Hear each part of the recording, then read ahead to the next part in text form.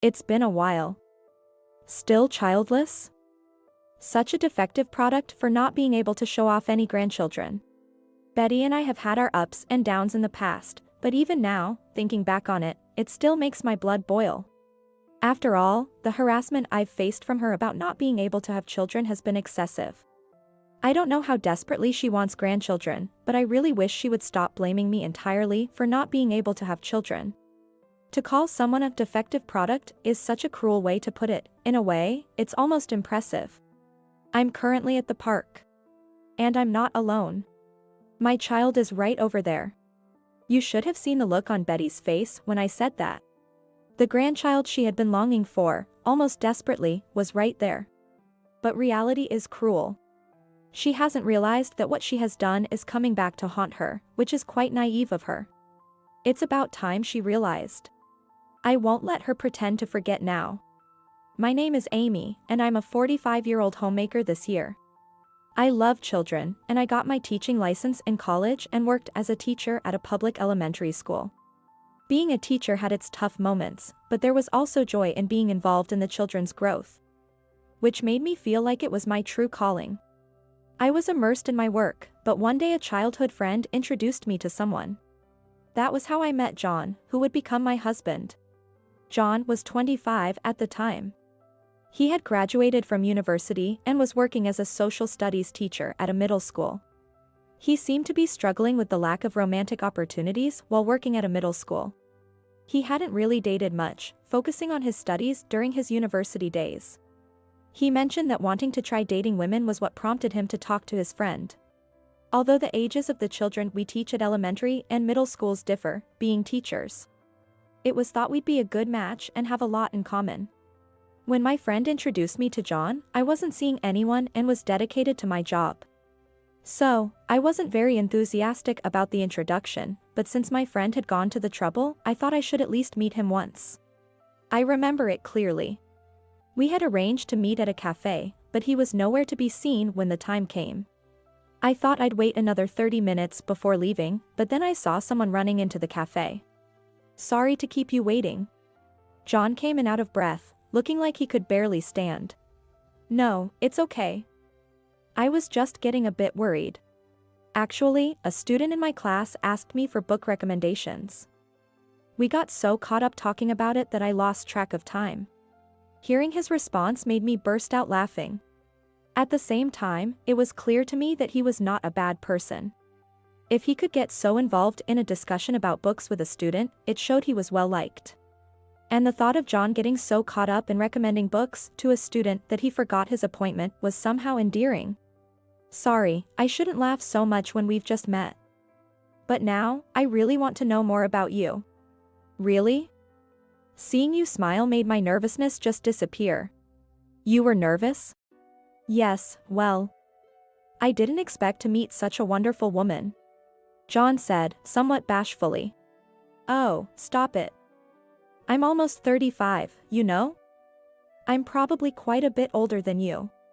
I'm 25 now, but age doesn't matter to me. From there, John and I began to have deeper conversations, trying to understand each other. His passion for work, his compassionate nature, and most of all, the respect he commanded from his students became evident. It seemed that John also thought highly of me. It's only been a short while since we met, but I'd regret it if I didn't say this now. Would you consider a relationship with me? With marriage in mind? John, his face flushed, stared at me intently. I was set on my decision. With you, I think we could have a good relationship. I also have the same feeling as you. The time I spent with John was truly enjoyable.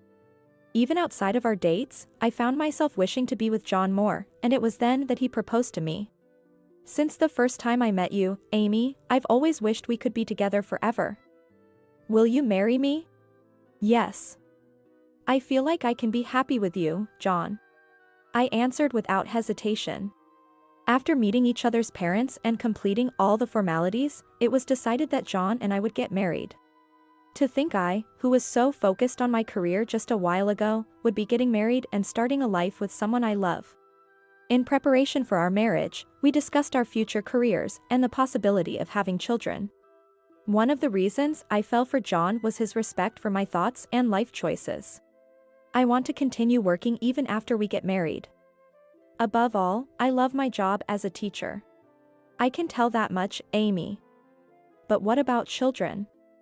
Personally, I'd like to have them if possible, but when it comes to actually having them, I want to respect your wishes.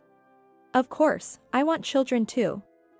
It might be tough balancing work and family, but I hope we can have a child sooner rather than later. John and I agreed to try for a baby while managing our careers as best as we could. This is something beyond our control, a blessing we hope to receive. However, we were oblivious to the brewing storm that was about to disrupt our peaceful life. I'm off to the extracurricular activities for a bit. Okay, you'll be back by dinner, right? Take care. After seeing John off, I was having coffee alone in the living room when the doorbell rang. Oh, Amy. Hello? Ah, Betty, hello. John's at school for extracurricular activities. Is there something you need? At that moment, John's mother, my mother-in-law, Betty, seemed a bit disappointed, but she quickly turned to face me and suddenly said, "It's almost been a year since you got married, hasn't it?" "Yes, it has." "Thanks to you." "That's not what I mean. Before taking care of other people's children, you should have your own. If you can't even manage that, you might as well quit your job." Betty looked frustrated, as if her message wasn't getting through. That's quite sudden to say. Isn't it about time? Or were you planning to wait until the stable period? Children, you mean? You're 35, aren't you? Having 2 or 3 children is normal. The sudden talk about children took me by surprise. This isn't something I can control at will, and I decided to be honest about it. John and I have talked about it, and we'd be happy to have one. We'll let you know right away if I get pregnant. What are you being so nonchalant about? I don't understand how you can afford to be so leisurely about someday. I was taken aback by her nervous demeanor. After all, she seemed so calm and gentle when we met before our marriage. I'm sorry if I've offended you. But this isn't something I can manage on my own. So what are you saying? It's John's fault? Saying this, Betty briskly walked into the room. Then, from inside the room, I could hear Betty's voice. "What's this machine?" I bumped my foot into it. "I'm sorry, that's an air purifier." "An air purifier? This big?" I have a house dust allergy, so I'm particularly careful about the air quality. I'm sensitive to house dust, and I start sneezing uncontrollably. I keep it to clean the air. I'm sorry if it's in the way. Then, Betty let out a heavy sigh. Ha! Are you saying you're coddling yourself with that? Excuse me? Coddling, you say? Well, yes. All this talk about dust and dirt is why you're physically weak, right? And if you need to ventilate, just open a window. Unfortunately, this apartment is on the 2nd floor in an area with heavy traffic. I'm also concerned about the exhaust gases. No, but there are exhaust gases, so I can't really keep the windows open that much. Relying on such a nonsensical machine. It's because of things like this that you can't have children, isn't it? Betty, ready for a fight, looked at me as if she was convinced she was right. Because you want children, don't you? Then come to my house next week. But it's fine. My husband has already passed away, and I'm the only one there, so it won't bother anyone. It seemed like I had no choice but to go. The mere thought of it was depressing. The following week, I visited Betty's house. Come this way. Betty pulled my hand and led me into the living room. As soon as I entered the living room, a strange scent hit my nose.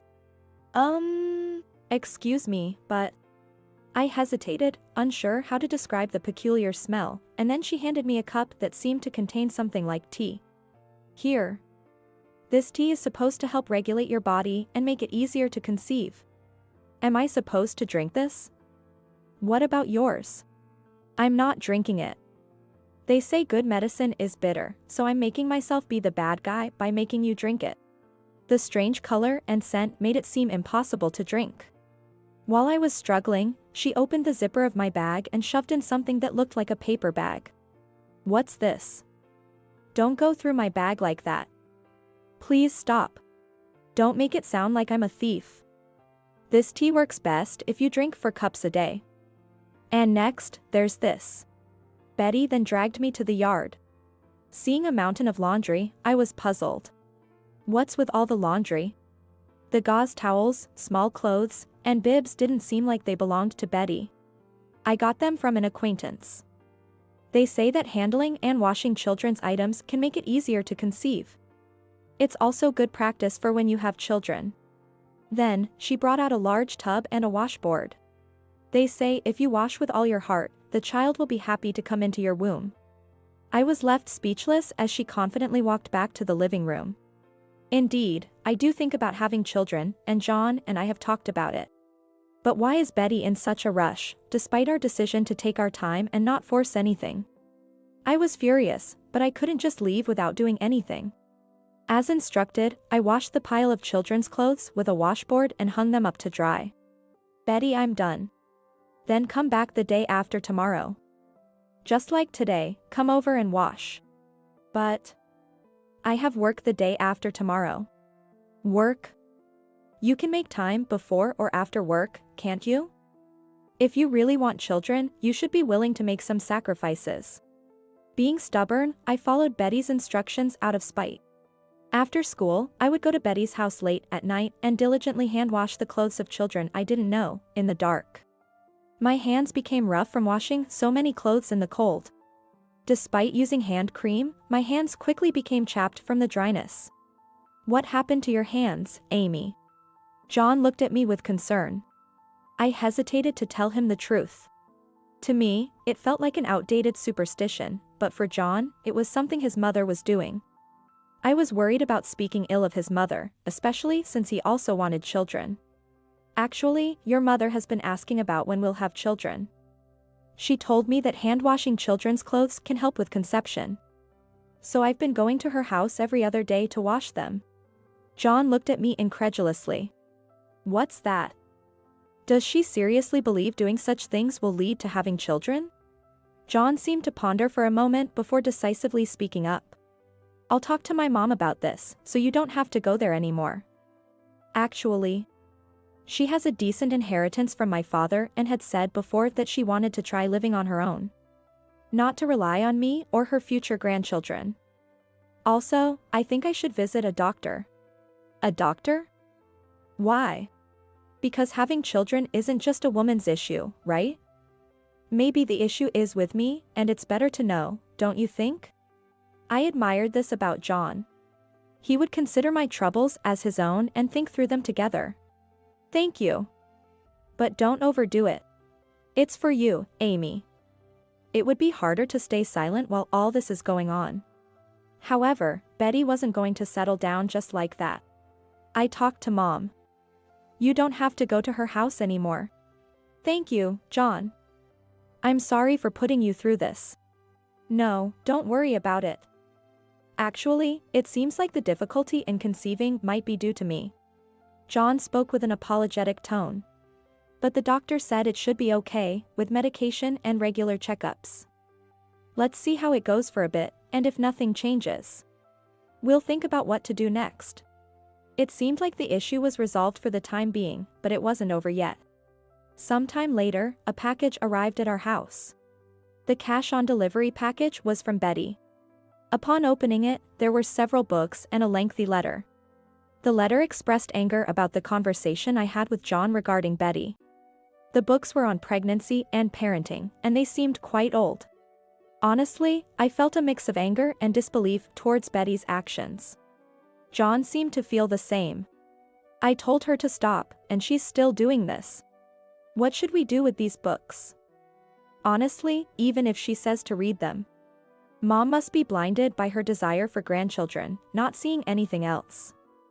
I'm truly sorry for making you go through this. After some thought, John chose his words carefully. Being caught between me and Betty must have been difficult for him. My mom is important, but I want to protect my wife, Amy, the most. If it means hurting you, then we need to reconsider our relationship with her. But, she's still your mother. I don't want you to regret anything if something happens.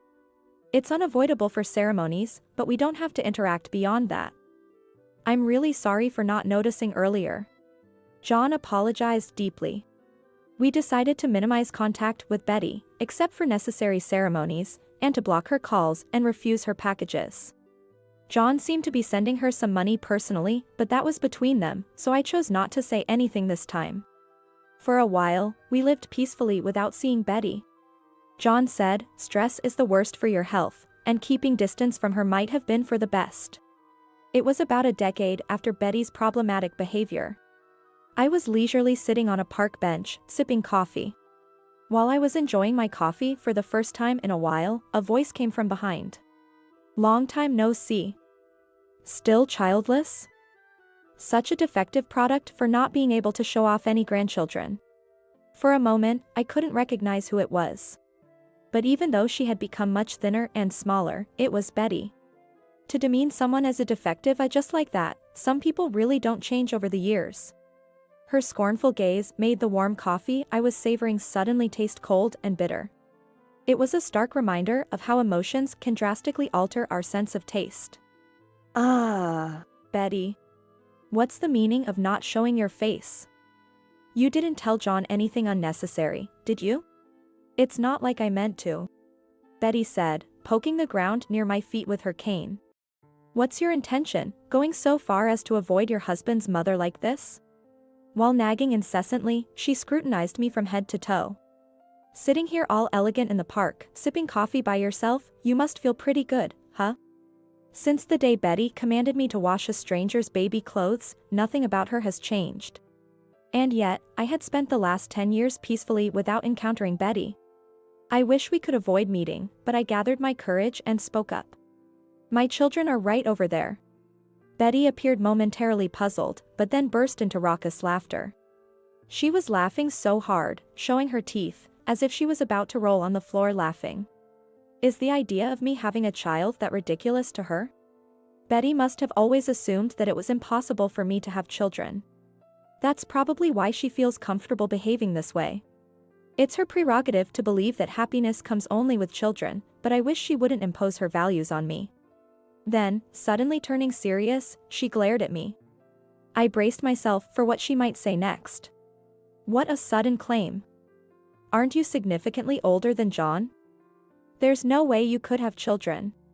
Indeed, I am older than John, but it's unfair to be so categorically told that I can't have children. After all, there are many couples with age differences who have children without issue, even later in life. I took a deep breath, ready to express my feelings. So? Then, Betty placed her index finger on my lips.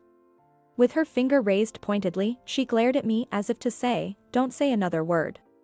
So you should have just done as I said. I don't know what you told John, but you made him run away by saying unnecessary things. A cursed person like you couldn't possibly have children. I felt the weight of Betty's pressure intensely. After 10 years of estrangement, it was honestly frightening. The thought of being overwhelmed by this pace filled me with anxiety. As Betty berated me, children approached from a distance, looking at us with worried expressions. I felt terrible for making them see me like this. Mom? What's happening? Is this lady someone you know? This person is. I hesitated about telling Emily and Emma the whole truth. Despite my bitter memories, Betty is their grandmother. Should I keep them apart based solely on my personal feelings and reluctance? I was unsure how to introduce her. Emily and Emma had never met Betty, nor had I ever mentioned her, so they wouldn't suspect she was their grandmother. Then, Emily and Emma started whispering to each other. They seemed to be trying to whisper, but I could hear them. Emma. Do you think this lady might be? Right? Emily, do you think so too? Because she was here the other day too, it's definitely her. Betty, pretending not to notice their whispering, tried to approach Emily and Emma. She reached out with trembling hands, but the two looked at her with indescribable expressions. Indeed, to Emily and Emma, she was an unknown old woman. Suddenly being approached with a trembling hand must have been quite frightening. Could it really be John's children? My grandchildren? Betty moved even closer to Emily and Emma as if it was a touching reunion. Then, Emily and Emma took a couple of steps back and said to Betty, "You're the nagging old lady from the convenience store, right?" "Eh? What do you mean? Are you sure?" I thought the same. I was confused as they suddenly became excited. "She's always at the convenience store near our swimming school." "Right. We always see her yelling at the clerks." What's going on?" "The lady from the convenience store near our swimming school. She's famous for always yelling at the clerks to get her money back." "Exactly. She only yells at the younger people, but she doesn't say anything when the manager with the name tag is there." This was new to me, but it was clear she chose her targets for her tirades. It was as if she only attacked the weak. "I'm just teaching them that they should listen to their elders. I'm doing the right thing." "Such?" Emily and Emma looked at me. Perhaps thinking I was being unjustly accused by the nagging old lady from the convenience store, they suddenly sprang into action. "Mom hasn't done anything wrong. Please stop." Betty, pretending not to hear, moved closer to them. For Betty, meeting Emily and Emma must have been a moment filled with emotion. This is evident from the tears welling up in her eyes. "Really, my grandchildren? Well, since we've met, let me have a good look at your faces. Don't come any closer. If anything happens to Mom, I'll sound this," Emma said, brandishing a personal alarm. Seeing the brightly colored, large personal alarm, Betty seemed to shrink back. Anyone would be taken aback if threatened with the sounding of an alarm. It's not often that a grandmother is treated like a suspicious person and faced with a personal alarm by her own grandchildren. I instinctively tried to ensure the safety of the two. Then, Betty began to tremble violently. Such. The shock must have been great for her, being treated as a suspicious person by her long-awaited grandchildren. Betty, trembling, seemed much smaller. However, what concerned me more was something else. I decided to press further and started a conversation with Betty. "According to Emma and others, you keep demanding refunds at convenience stores, right? Why is that?" "Well, because I'm being given stuff that's just not usable, and it's a hassle." Betty suddenly became defiant. She spoke as if she hadn't done anything wrong at all. I decided to ask Betty the very question she would least want to hear. "Are you having money troubles, Betty? Is that why you can do such embarrassing things in public?" "What? Embarrassing? How dare you speak to your elder like that? She thinks she should be respected, which is why she can say such things." But she didn't seem to like that I hit the nail on the head and appeared somewhat flustered. But usually, people would be too embarrassed to be so bold with just the young clerks. "You're quite something to not feel that, Betty. Enough. Be quiet." Betty gritted her teeth in frustration. Then, Emily made a curious remark. "This person always comes in with an empty container, demanding a refund and yelling loudly. That figures. Waving an empty container and shouting about it must be quite the scene." "What? What are you planning to do with an empty container?" "I don't really know. But she was saying something about doing this to a penniless old person." I realized these were the children's words. "Are you in financial trouble by any chance?" "Yes. It's awful, getting old and running out of money." As far as I remember, Betty's house was overflowing with branded items. She probably squandered the entire inheritance from my father-in-law. It must be hard living in financial difficulty. If you understand, could you send me a little money? $1,500, or even $1,000 would do. I dodged Betty's approaching gaze and said, "I must decline." "What? After all that has happened, expecting help now is a bit much, don't you think?" Then, Betty glared at me with frustration. "You must be heartless. To not extend a helping hand to a frail old person like me. She still seems to think it's her right to be helped. But there's no need for that. You've brought this all on yourself. How pitiful for these children to be raised by someone like you." Then, Emily and Emma stood in front of me and addressed Betty. "We're not pitiful at all. We love our mom, so stop saying such horrible things." If you keep saying such terrible things, we'll really go to the police. Betty was lost for words at the sudden retort from Emily and Emma. She must have been shocked, especially by the grandchildren she desperately wanted, threatening to go to the police. I wouldn't be able to stand it if I were in her shoes. If that's the case, shall I give you what you really need, Betty? Really? Just wait a moment, please. I ran to a nearby store and came back with something. What is this? Do I look old enough to need something like this? I placed adult diapers in front of Betty. The package, boldly labeled Comfort Care Diapers, was enough to intimidate Betty. Betty's face turned beet red with anger. Her face was so red, she looked just like a boiled octopus. Do you remember making me wash baby clothes until my hands were chapped? Saying it was a practice and a prayer for when you have kids, even though I couldn't have children?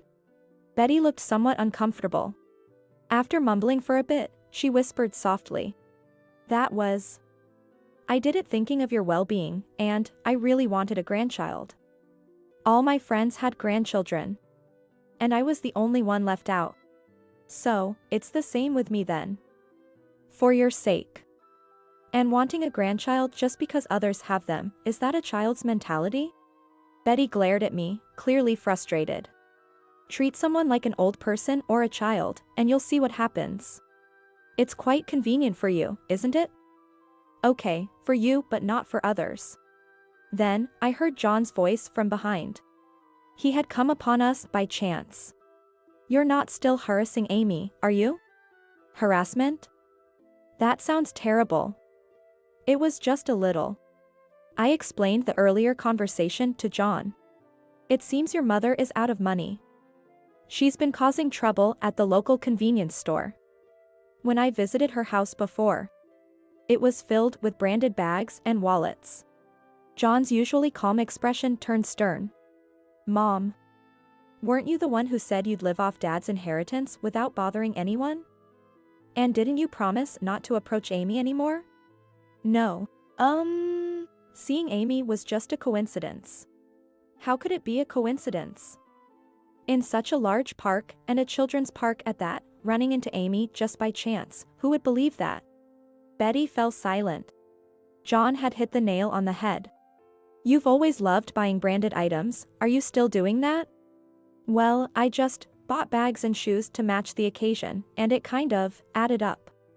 I was even sending you some money from my allowance, and to think you were buying so many bags and wallets. I told you to only buy what you need. Didn't I? I feel betrayed. Then, Betty clung to John. This is all a misunderstanding. It's not true. What's the misunderstanding? The lie? It's clear now that you're a liar. Don't contact me anymore. And obviously, no more allowances. John turned on his heel and didn't look back at Betty again. Betty collapsed on the spot. Being rejected by her own son, she might never recover. If only you had had child sooner. If only you had them while I was still around to see. Well, it's not like I had children for you, Betty. I left those words behind and headed home with Emily and Emma. I never wanted to see her again. I thought I wouldn't. I had warned Emily and Emma to be careful of Betty when going to and from school or swimming school, but they never encountered her. One day, when I had almost forgotten about her, the hospital called. A few days after our encounter, Betty had tripped over a step at a nearby supermarket and fallen. When I went to the hospital at their request, Betty was there looking diminished in her bed, along with the supermarket manager and a police officer. Betty had unfortunately broken her leg. Upon inquiring, it seemed she had been secretly taking items from the ready-made food section and had been watched by the store staff. No, this is that. I don't want to hear excuses. It's embarrassing, so please don't contact us again. What can I do? John used to send me money, but that stopped. I was at a loss for words. And nobody would give me your contact info, I was just so lonely. I suppose so. Apparently, she had tried every possible way to get in touch with me again. She must have been asking around, hoping someone would disclose our whereabouts. Betty always believed that if she asked, people would comply. However, I had taken precautions beforehand. I had informed various parties about Betty's behavior and the unpleasant experiences in the past, while also asking them not to give out my contact information. I didn't even want to imagine encountering someone as self-centered as Betty again. It turned out that no one had given Betty our contact information. I heard that some had even blocked her calls, which suggests she was quite disliked among her acquaintances. Anyone would surely keep their distance from such a person. Given her character, it wasn't surprising to hear she was blocked by some. In the end, Betty spent her days in the hospital alone, feeling lonely. Apparently, she lashed out at the hospital staff due to her stress and was severely reprimanded. As long as it stops there, it's fine, but who knows what the future holds. Continuing to rampage without realizing how much she is disliked is typical of Betty. I am living happy days with Emily, Emma, and my husband. I was worried about what would happen when we unexpectedly met Betty in the park, but I'm glad I took decisive action. It was a good decision to discuss the issues with Betty with my husband properly. We sought treatment together as a couple, and as a result, we were able to meet our 2 daughters. I've also clearly understood that not cherishing people like Betty can eventually come back to haunt you. Mom. Come here, quick. Mom, you're so slow. Emily and Emma are beckoning me with bursting smiles. I rushed over to catch up with them and gave them a big hug. I want to cherish and live these happy days with Emily, Emma, and my husband, savoring our happiness.